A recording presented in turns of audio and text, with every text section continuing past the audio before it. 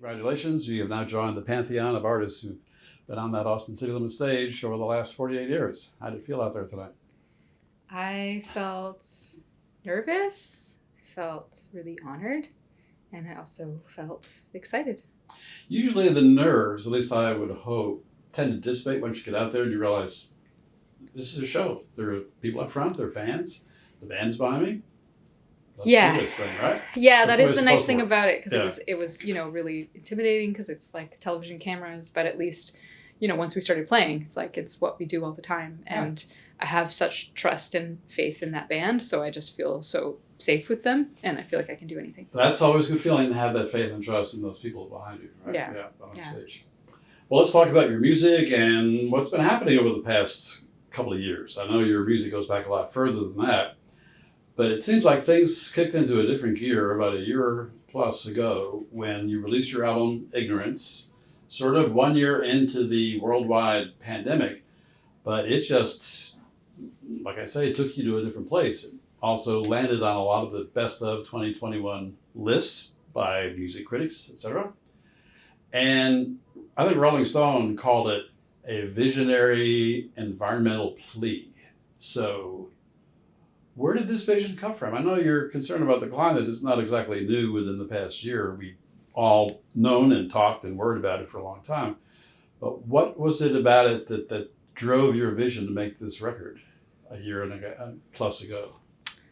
I mean, it was a couple years ago that I wrote the record, and it was sort of 2018 was when I started writing it, and that was when, there was this big upswelling of climate activism and anger, and I got swept into it, and kind of for the first time in my life, I just went down a rabbit hole of kind of obsessing over it and reading about it constantly, and it opened up all of these emotions, that I'd never really let myself feel, like anger and betrayal and sadness, and I sort of saw, more than anything, I just saw so much conflict all around me. It was like Trump was still in office.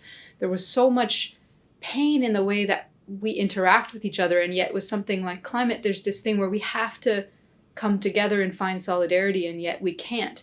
And I think that echoed, things in my personal life where there was, a lot of similar things of like this conflict of we can't see each other and we can't talk to each other and we can't find a way forward.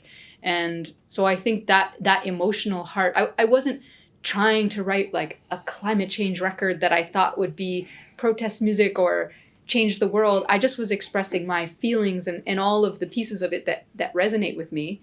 And I kind of thought that people wouldn't really hear that. I thought it would come across like a relationship record, but I mentioned that, I'd really been thinking a lot about climate change, and then it sort of resonated with people because I think I was expressing a lot of the disorientation and sort of confusion that we all feel in this moment in time. And so I think my vision for it was always like, I was like, it's a disco record, but it's broken. Like, it's like broken disco. Like, there's this brokenness, but there's hot beats. And somehow that translated in this way that I couldn't have imagined. And musically, it was a really wonderful experience where it was the first time I think I just had this full vision for the record, and I just had the money and the time to like realize it, and the musicians, and I just was so amazed that I got to do what I wanted to do, and it was so great.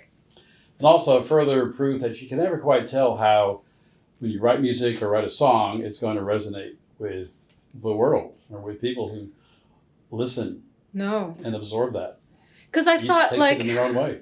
I was like, these songs are really dark, and I don't think people are going to like them, but maybe they'll like, the disco beat and the really nice guitar solo. But I think people did resonate with it, which I think speaks to sort of our collective experience, I guess. Mm-hmm. Yeah. Well, and you also took a different approach to the actual songwriting. In the past, previously, you had pretty much composed a lot of your stuff on guitar, right? Mm-hmm. So, but for this record, and I think subsequently, you moved over to piano. So what was behind that, and what was the impact that had? Well, I took piano lessons when I was a kid, but I really hadn't played it in a long time. So it's that thing where it gives you back the beginner's mind, and I think for me, especially with Ignorance, like there's a lot of 1-4-5 songs, it just sort of made me kind of be more simple, because that was sort of all I was really capable of doing on the piano. And so just sort of bashing out the chords, you just sort of come up with things that are plainer and simpler, and it forces you to put energy into other aspects of the song, like the rhythm and the arrangement and the songs. And you know what, we all are drawn to songs with that melodic and chordal simplicity. So I think that was part of it. But since then I've been learning piano, and it's been a really wonderful journey actually to learn the instrument. I think I also read that you said that you can't really write lyrics unless you're singing. Yes. Yeah. How does that work exactly? I just kind of sit there and I use voice memo on my phone, and it's not very romantic, but I just record myself singing as I'm playing, and things tend to kind of bubble up, you know, from the subconscious. You don't expect, and you start singing something, and then you're like, I tend to go through this process of interpretation of like, what am I talking about? Why am I singing about this memory? Why am I singing about this moment? And then I sort of try to interpret my own, sort of unconscious singing rambles. And then I sort of refine it into something that I think makes sense and expresses what I wanted to express. I think I also read, I don't know if you were serious about it, that you were thinking, or maybe actually in the process of writing a book about this, about what makes lyrics good, and how you personally deal with the challenge and your ambition when it comes to songwriting. Yeah, I have been writing a book. It's like the constant back burner, but a couple years ago I was offered this opportunity to go to Banff Centre for the Arts in Canada, and I mentor songwriters, and it forced me to really think deeply about craft and lyrics and encountering other people's songs and how they write, you know, and the sort of blocks that we all have as writers, you know, kind of forced me to really engage with it. And so I have been writing a book, which I feel so arrogant in saying, because I don't think my lyrics are far from perfect. And whenever I'm thinking in that mindset, I can have so many critiques of them. But it's really, I basically came up with this sort of way of viewing it that the people that I've worked with in these subsequent years of mentoring have found helpful. So I've been trying to finish my book whenever I have time, which is not a lot. Not especially when you're back out there touring. Yeah. Well, let's jump ahead to 2022. And just a few months ago, you released your follow-up collection of songs, How Is It That I Should Look at the Stars? And this is a different approach, I think, not just to songwriting, but to, the theme that permeates most of the songs on this newest record are different, maybe more nuanced. How would you describe them? I mean, it's funny because there's a few songs on that record that I feel like are the songs that express more fully my climate feelings, like the song about looking at the stars and having a panic attack because there's nowhere like Earth, literally. And the song about the magpie and the naming of, there was a lot more of, I kind of considered it like a companion piece to Ignorance. But there's also a lot more softness and kind of love on that record, and a lot more songs about writing itself. And I made that record, I wrote it at the same time as Ignorance, and then I made it like not long after. And I kind of thought at one point I would release them together, which is kind of wild because they're so different. And then I thought, well, maybe it won't get released at all. But I feel grateful that my extremely gentle piano album also gets to be in the world. So the songs, though, were written concurrently, more or less?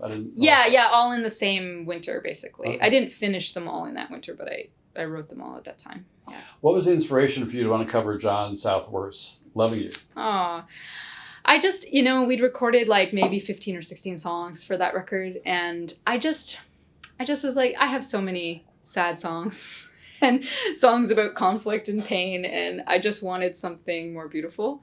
And that song was a song that I like to sit and play on piano just to sort of entertain myself. And so I mentioned it to the band, and I was like, why don't we play this song?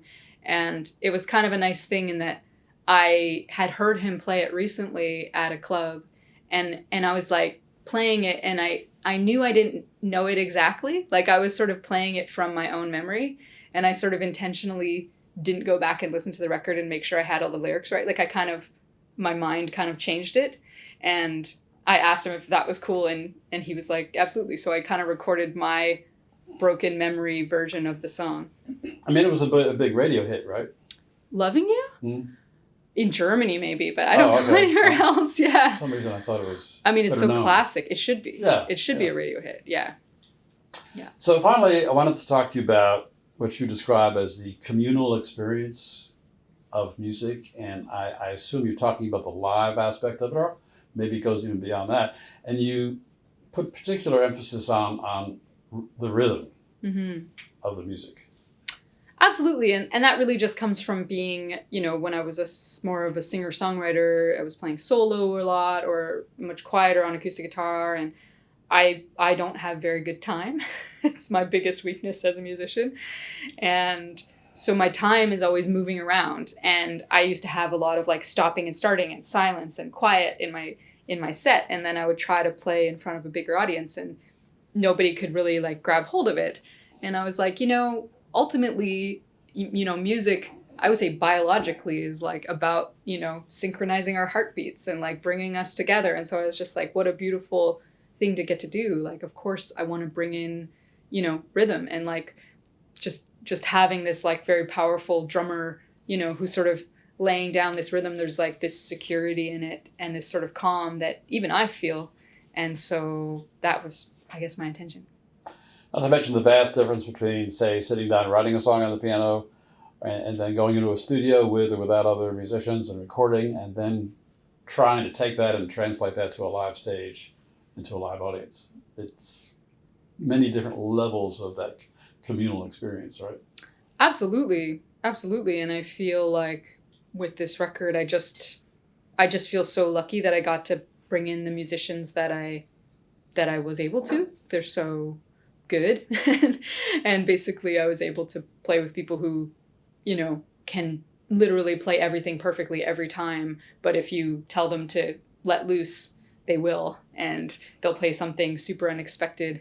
And I feel like live music is always a challenge because I can be shy and I don't always know how to overcome my own stuff in terms of performing. But I think it's so when we can do it and when we manage to figure it out, it's like the most rewarding thing to nail.